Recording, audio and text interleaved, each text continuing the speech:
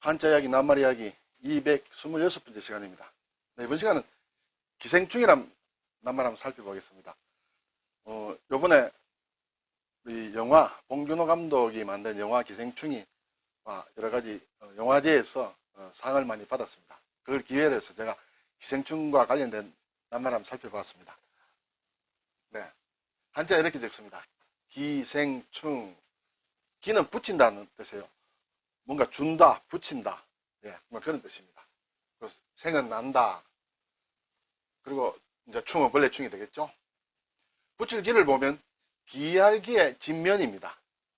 간머리는 집을 뜻하죠. 예, 기하다는 것은 이렇게 큰 대자와 큰 데는 사람이 이렇게 팔다리를 벌리고 서 있는 모양이죠. 어디에 서 있다는 것이에요. 어디에 서 있느냐 하면 이런 데 서 있다는 것입니다. 이것은 아래쪽은 이제 오를 가라는 것인데 여기서 보면 어떤 좀 기울어진 곳, 이렇게 바란스가 맞지 않죠. 언바란스가 됐죠. 바란스가 맞으려면 이렇게 가운데 이렇게 T라든지 또는 다리가 좀 더 있다든지 이렇게 하면 좀 안정적이고 바란스가 균형이 잡힌데 이 아랫부분은 좀 바란스가 맞지 않는 그런 삐그덕삐그덕거리는 곳에 올라서 있다. 사람이 서 있으면 이렇게 넘어지지 않겠습니까? 그래서 한쪽으로 쏠린다. 그 쏠리는 모양이 상당히 괴상하게 보인다. 기이하게 보인다해서 기이할 기자입니다. 기이하면서도 어떤 곳을 한쪽으로 쏠리는 것을 뜻하는 그런 글자다. 그래서 어떤 집에 내가 쏠려서 그곳에서 붙어 있다. 그런 뜻이 되겠습니다. 네. 그래서 붙일 기 이렇게 되겠습니다. 생은 날생은 예, 부수자죠. 흙이 있는데 흙에서 이렇게 싹이 난다는 그런 글자가 되겠습니다. 그래서 날생이다. 벌레충은 이제 벌레 모양인데 원래 단독으로 제대로 된 글자는 이렇게 벌레가 이렇게 3개 모인 것입니다. 이것은 하나로 쓰일 경우에는 우리가 속자로 이렇게 약자로 이렇게 벌레충을 얘기할 때 하나로도 씁니다만 원 글자는 3개가 모인 것이 원 글자이고 이것은 벌레충 또는 벌레회 이렇게 보입니다. 그래서 이 벌레충이 다른 글자와 합치는 부수 글자로 쓰일 때는 하나로 줄여서 이렇게 적는다 이렇게 볼 수 있습니다. 네, 사전을 보면 우리가 다 아는 것이죠. 기생이라는 말을 보면 어떤 생물이 다른 생물의 내부 또는 외부에 붙어서 영양을 섭취하여 사는 일을 말한다. 빨아먹고 사는 것을 얘기하겠죠. 기생한다. 그리고 스스로의 힘으로 생활하지 않고 남에게 기대어 살아가는 것이다. 그것이 기생입니다. 그런데 이런 경우에 어떤 생물이 다른 생물에 붙어 있거나 또는 기대어 있을 때 서로 도움을 준다. 붙는 생물도 이롭고 그 붙어 있는 그것도 이롭다. 그럴 때는 기생이라 하지 않습니다. 어떤 숙주가 해를 받는 경우를 기생이라고 합니다. 해가 안 된다. 서로 좋다. 그럴 경우에는 기생이라 하지 않습니다. 그래서 더부살이다. 이렇게도 얘기를 합니다. 기생이란 말은. 그리고 공생이란 말은 같이 제대로 해를 받지 않고 같이 잘 사는 것을 공생이라 하죠. 또 상생이란 말도 기생과는 의미가 이제 반대가 되는 그런 뜻일 수 있죠. 이 상생이라는 것은 일반적으로 우리가 서로 잘 산다 이렇게 얘기하지만 원뜻은 음양오행설에 있어가지고 금에서 물이 나오고 물에서 나무가 자라고 또 나무가 타면 흙이 나무는 불이 되고 불에서 또 흙이 나오고 흙에서 금이 나오고 이렇게 돌아가는 것은 이제 일반적으로 상생이라 한다 그렇게 되겠죠. 기자와 관련된 글자는 상당히 많습니다. 대략 제가 생각난 대로 몇 개 적어드렸습니다. 기숙사, 숙사, 어떤 잠자는 집이죠. 거기에 몸을 의탁해서 있는 곳, 그것이 기숙사입니다. 기부한다, 이것도 준다 하는 그런 뜻이죠. 기고한다, 이것도 준다는 뜻입니다. 원고를 준다, 이것을 기고하는 것이죠. 기증한다, 둘 다 붙여서 준다, 그런 얘기가 되겠죠. 기거한다, 남의 집에 기대어서 이렇게 사는 것을 기거한다, 이렇게 됩니다.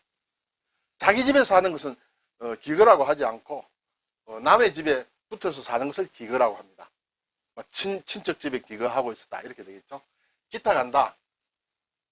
탁은 이제 맡긴다는 그런 뜻이 되겠습니다. 기여한다. 이바지한다는 것이죠. 여도 준다는 뜻입니다. 기항한다. 기항은 우리가 크게 보면 항자가 글자가 다른데 이것은 비행기를 뜻하는 그런 항입니다. 이것은 배와 관련된 항입니다. 그래서 비행기가 이렇게 어느 곳에서 어느 곳으로 가다가 중간에 뭐 급유를 위해서라든지 뭐 어떤 그 사유로 인해서 잠시 들르는 것을 기항이라고 합니다. 그리고 이 항구를 쓰는 항은 배가 이렇게 가다가 중간에 다른 항구에 들리는 것을 기항이라고 합니다. 예, 우리말로는 우리말 읽기로는 똑같지만 한자는 좀 다른 그런 것이 있습니다. 자, 기생이라면 또 숙주라는 말이 뭐 또 필연적으로 붙어서 나오죠. 어떤 기생충이 또는 기생하는 식물이나 생물이 어디에 붙어서 사는 그것을 숙주라고 합니다. 숙주란 말을 많이 하지만 한자로 생각해 본 적은 별로 없을 거예요. 특히 한자를 요즘 잘 쓰지 않다 보니까. 여기는 잔다는 뜻이죠. 잘 숙자입니다. 기생생물이 기생하는 대상으로 삼는 생물이다. 이렇게 되겠죠. 저는 이 말을 생각해 보다가 하숙집이라는 말이 생각이 났어요. 여기서 숙주라는 것은 하숙집 주인을 얘기한다. 내가 하숙을 치고 있으면 어떤 하숙생이 들어와서 거기서 살지 않습니까? 그 사는 집의 주인이다. 네. 물론 기생과 하숙과는 뭐 관련이 직접적인 건 아닙니다만 쉽게 생각하기 위해서는 하숙집 주인이다. 숙주가. 그렇게 생각할 수 있겠죠. 그것은 기주라고 합니다. 같은 말이에요. 그리고 중간숙주라는 말도 있습니다. 최종적으로 어떤 기생생물이 어디에 이렇게 기생하는 그 과정에서 가기 전에 중간에 잠시적으로 기생하는 그런 것을 중간숙주다.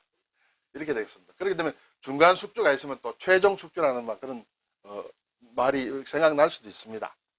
네, 기생충은 반드시 숙주라는 것이 있는 거죠. 이때 숙주에게는 해가 될 때, 그때를 기생이라 한다. 이렇게 되겠습니다. 네. 요즘 화제가 되고 있는 영화 기생충입니다. 네. 저는 영화, 특히, 한국과 중국과 일본의 경우에는 기본적으로 한자 문화권입니다. 그래서 어떤 영화가 있을 때, 또는 소설이 있다든지 여러 가지 작품이 있을 때, 서양 말과 한자 문화권에서 말들이 서로 어떻게 번역이 되는가 하는 데 대해서 관심을 많이 가지고 있습니다. 자료도 많이 모으고 있는데요. 이번에도 이 기생충이란 영화를 일본과 중국에서는 어떻게 번역이 했는지 제가 한번 궁금해서 한번 찾아봤습니다.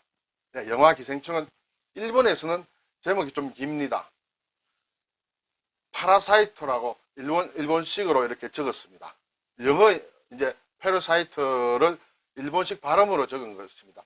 이 영어는 기생충, 또 기생충 같은 인간을 뜻하는 그런 뜻입니다. 이렇게 파라사이토 그리고 반지하의 가족, 이것이 하나의 제목입니다. 우리는 기생충을 했는데 일본에도 기생충이란 말은 있죠. 한자이므로. 그런데 기생충으로 번역하지 않고 파라사이토, 반지하의 가족 이렇게 번역을 했습니다. 저는 이런 걸 볼 때 조금 흥미로움을 느끼고 있습니다. 여러분은 어떤지 모르겠습니다.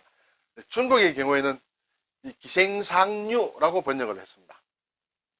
중국과 홍콩과 대만은 같은 문화권이라고 할 수 있는데 조금씩 번역이 같을 수도 있고 다를 수도 있습니다. 그리고 또 상류기생조 이런 것으로 기생충이 번역이 되고 있다. 이번 기회에 영화 기생충을 보고 일본과 중국이 어떻게 번역을 했는지 제가 한번 살펴보았습니다.